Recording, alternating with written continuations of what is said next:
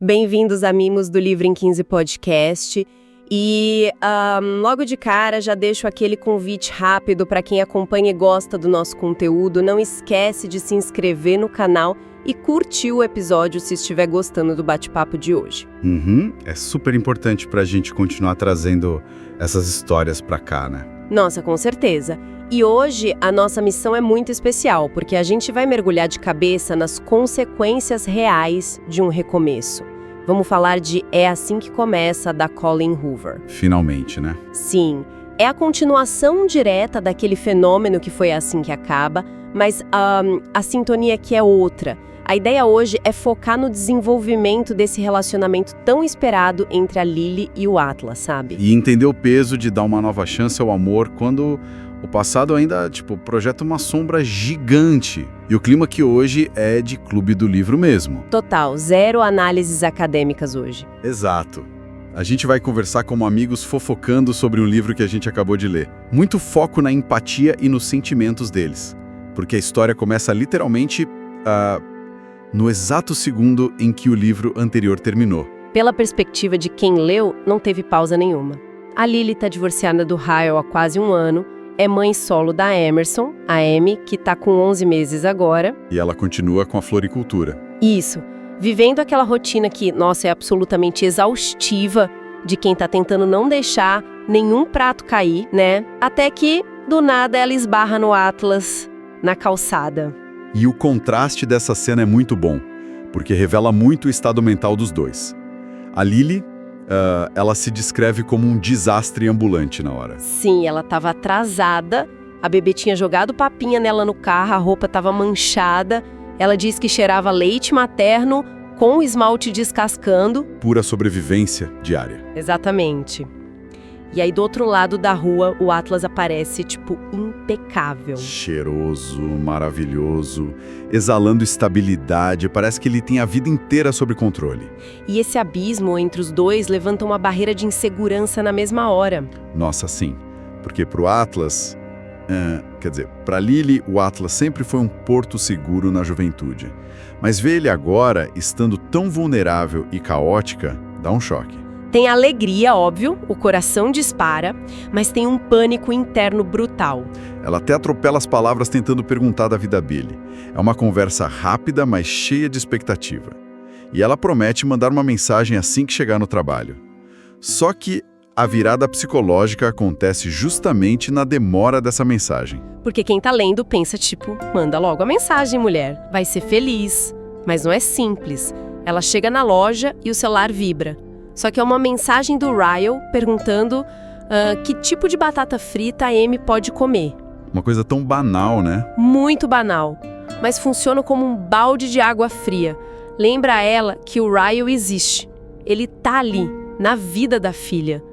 E aí o armagedon mental da Lily começa. E é através daquelas cartas mentais que ela volta a escrever para Ellen DeGeneres que a gente entende o terror dela. É um desabafo sobre o medo paralisante de que trazer o Atlas de volta cause um tsunami. Até porque ela aceitou a guarda compartilhada de forma amigável justamente para evitar os tribunais, né? Para não perder o controle sobre o tempo que a filha passa com um cara que tem um histórico de agressividade incontrolável. A vida dela achou uma diplomacia funcional com o Hyle ali. E o medo de acender esse pavio paralisa ela. Ela literalmente pensa se deve sacrificar a própria felicidade para evitar o tumulto que o Atlas causaria. É viver pisando em ovos, sabendo que alguns ovos são minas terrestres. Definiu perfeitamente. Enquanto a Lily fica ali congelada pelo medo, o Atlas, que não aguenta mais olhar para o celular esperando a mensagem, decide ir até a floricultura. Ele aparece de surpresa com o almoço. E aqui eu preciso fazer o advogado do diabo, porque, nossa, parece coisa de comédia romântica. Ele leva o almoço, super fofo, mas sabendo do histórico de ciúme doentio do Hyle com o Atlas, não foi um passo meio perigoso? É muito importante pontuar isso para não romantizar o perigo. Na superfície é um gesto heróico, mas na prática, força a Lily a uma posição de terror. Sim. O Atlas está operando na lógica de um cara apaixonado. Ele ainda não entende, a magnitude do campo minado que a Lily vive todo dia. E a prova disso vem em minutos, né? O clima esquenta, a tensão romântica maravilhosa e, do nada, a Alyssa, a melhor amiga da Lily e irmã do Ryle, entra correndo e avisa que o Ryle tá chegando. O desespero ali é palpável. Demais! Ela tem 10 segundos para agir. O instinto de sobrevivência grita e ela empurra o Atlas para dentro do armário de suprimentos e entra junto. Essa cena é muito claustrofóbica. Quem tá lendo prende a respiração junto. No escuro, aquele cheiro de produto de limpeza misturado com o shampoo dele, os corpos encostando. É uma atração elétrica competindo com o terror do Ryle abrir a porta. E esse armário é uma metáfora brilhante. A Lily escondendo o Atlas num lugar escuro, sem ar, simboliza como ela tem que encolher a própria felicidade e esconder quem ela quer amar para gerenciar as emoções do ex-marido. Nossa, que análise perfeita! Ela não tem espaço para respirar na própria vida. Mas o que mostra o amadurecimento do Atlas acontece quando eles saem do esconderijo. Ele não fica com o ego ferido. Não, de jeito nenhum. Ele vê o terror no olho dela e entende que o fantasma do Ryle dita a segurança dela. Em vez de pressionar, ele valida esse medo. Traz um alívio gigante para quem tá acompanhando. Ele diz que a Amy foi a melhor coisa que aconteceu com a Lily, mas que ele adoraria ser a segunda melhor coisa. É muito fofo. E ele tira toda a pressão. Eles concordam em ir bem devagar, um passo de cada vez. E essa lentidão é o que deixa o romance tão profundo. Eles não correm para um clichê. Eles começam a se reconectar através de ligações pelo FaceTime de madrugada. São momentos muito íntimos. Muito. Aquela parte em que a Lily, morrendo de vergonha, lê os trechos dos diários da adolescência para ele. Isso muda a perspectiva dos dois. Porque na adolescência, o Atlas era um garoto sem teto, com frio, e era o único refúgio dela quando os pais brigavam. Sim, e ele revela que passou a juventude inteira carregando a culpa de ter sido um fardo para ela, de ter sugado a energia de uma garota que já tinha problemas em casa. E ouvindo o diário, ele descobre que não. Ele foi a salvação emocional dela. Eles reescrevem a própria história curando essas feridas. É lindo demais. Mas claro, o mundo real continua fora das telas. E o Atlas tem uma bagagem pesadíssima também. Ele agora é dono de 2 restaurantes de sucesso, o Bibbs e o Corrigan's. E aí começa a ter aquele vandalismo. Alguém pichando a palavra palhaço na porta, só que com a letra I. Palhaço. Esse erro ortográfico é o que pega. Não é um vandalismo qualquer. Vira uma agressão psicológica pessoal. O Atlas reconhece na hora. Era assim que a mãe dele, a Sutton, xingava ele para diminuir na infância. Transporta ele direto para os dias em que ele se sentia invisível. E a investigação leva a uma descoberta chocante.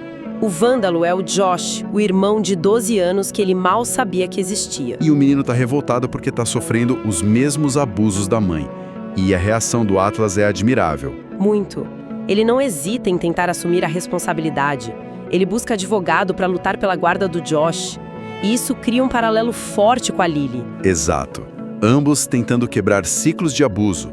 A Lily quebrou o ciclo do pai e do ex-marido, e o Atlas decide enfrentar o sistema para proteger o irmão. Isso traz camadas novas para o Atlas. Ele sente o peso de cuidar de alguém vulnerável, deixa de ser só sobre romance e vira sobre construir uma família escolhida. Ele está curando a própria criança interior ao não abandonar o irmão. Só que no meio dessa exaustão toda, a bomba do Riley finalmente explode. Ele descobre sobre o Atlas. E gera a cena mais assustadora do livro, dentro do apartamento da Lily. O Riley prende ela contra a porta no momento de descontrole absoluto. É um ambiente saturado de raiva, ciúme doentio. A linguagem corporal dele é ameaçadora demais. O terror volta com força. Mostra que assinar o divórcio não neutraliza o agressor. A Lily constata com uma tristeza enorme que terminar o relacionamento não acaba com os momentos ruins instantaneamente. Ele continua usando a vida dela para justificar o próprio descontrole. A autora foi muito precisa em mostrar esse trabalho contínuo e angustiante do pós-término. O Ryle tenta manipular, dizendo que a culpa é dela. E como ele não tem mais controle conjugal, apela para o medo da agressão física. E o pior é que ele vai até o restaurante do Atlas. Esse confronto é uma aula de desescalada de conflito.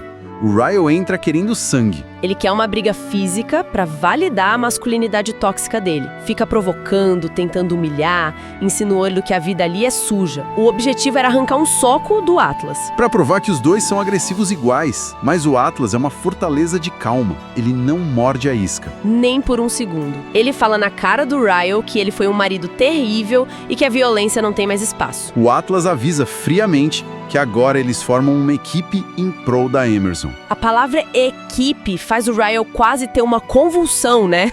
Porque equipe exige igualdade e respeito. Aniquila o domínio do agressor. O Atlas desarma o Ryle mostrando quem tem a maturidade de verdade. Colocou os pingos nos is. E no meio desse caos todo, o romance deles ganha muita força. Eles viram o porto seguro um do outro. O que leva para aquela cena no corredor do apartamento? A cena mais emocional e vulnerável de todas. Quando eles estão prestes a ter um momento íntimo e o Atlas finalmente vê a tatuagem cobrindo a cicatriz da mordida do Ryle. Atinge ele como um golpe físico. É a prova incontestável da tortura que ela passou. A primeira reação dele é uma culpa asfixiante. Ele fala que deveria ter ficado com ela em Boston no passado, ele tenta assumir uma culpa que não é dele, e a Lily tem uma evolução extraordinária interceptando isso. Ela não deixa ele se responsabilizar pelas escolhas de um homem violento. Ela confessa que a memória do Atlas foi o que manteve ela sã. O padrão de decência humana que ela guardou da juventude impediu que ela aceitasse o abuso como algo normal. Sim, ela diz que ele foi o motivo dela ter sobrevivido. É de partir o coração, mas ao mesmo tempo é uma cura profunda. E com esse peso de afeto, vem o primeiro beijo como adultos. E a cena maravilhosa no chuveiro. Que vai muito além do físico. É a ausência absoluta de medo. A Lily poder ficar vulnerável sem medir palavras para evitar uma explosão, ela encontra a terra firme. E essa reconstrução fortalece ela de um jeito que reverbera lá fora, quando Ryle tenta pressionar de novo na floricultura. Ela não é mais aquela que escondeu o namorado no armário. De jeito nenhum. Ela bate o pé, ameaça usar advogado, restringir visitas se ele ousar gritar de novo. É um trunfo gigante ver ela rejeitando o medo como estilo de vida. O clímax do desenvolvimento pessoal dela. Ela entende que não é dever dela curar os problemas de raiva dele. A prioridade é a paz dela e da filha. Transferindo a responsabilidade para quem causou o dano, ela abre caminho para o presente com o Atlas. E esse futuro é construído de uma forma linda. Aquele clímax romântico da proposta. A carta surpresa. Que na verdade já são os votos de casamento que ele está escrevendo. Muita cara dele. Ele não exige nada imediato. Pede para ela morar com ele em 6 meses, dando controle do tempo para ela. E ainda brinca com a referência de Procurando Nemo. Quer ser minha peixinha? Foi muito fofo. Equilibra o humor com o compromisso da vida toda. O Atlas está erguendo a fundação da família que ele passou a vida procurando. E o final com a cena da mudança, a Lily encolhida no sofá, o Josh ajudando, a Amy brincando. Aquela paz doméstica inestimável. E o detalhe sutil da mãe da Lily, que suportou abuso calada a vida toda. Vendo que a filha quebrou a maldição, ela reconhece que a Lily tem alguém que vai protegê-la para sempre. A bênção dela arremata tudo. Mostra que a gente não precisa carregar o trauma como destino final. Os dois aprendem a não tentar consertar o que já estava quebrado nos outros. Investem energia em construir um ambiente seguro. É a coragem de abraçar o recomeço. Personagens que sofreram tanto merecem sim uma experiência leve e feliz. E chegar ao final dessa conversa dá uma sensação boa, o coração fica até mais leve. Total. E agora, a gente quer saber de quem acompanha a gente. Fica o convite fervoroso para participarem dessa conversa nos comentários. Sim, o pessoal que está ouvindo, conta pra gente o que acharam dessa história de superação. Compartilhem as opiniões sobre as atitudes da Lily e do Atlas e mandem sugestões de outros romances marcantes pra gente trazer nos próximos bate-papos. Essa troca de perspectivas é o que enriquece nossa análise. E antes de fechar, tem aquele ponto que a gente sempre gosta de levantar. Exatamente. Fica a reflexão para todo mundo além das páginas. A gente costuma consumir romance achando que o Felizes para Sempre é uma mágica linha de chegada. O troféu final. Mas a jornada da Lily e do Atlas mostra que viver o Felizes para Sempre exige uma manutenção ativa, diária e muitas vezes exaustiva. Comunicação, limites. Principalmente carregando bagagens tão complexas. Será que a mais profunda fantasia romântica não é encontrar alguém impecável, mas sim encontrar um parceiro disposto a arregaçar as mangas e fazer essa manutenção diária do seu lado? É uma boa pergunta. Pensem um pouco sobre isso.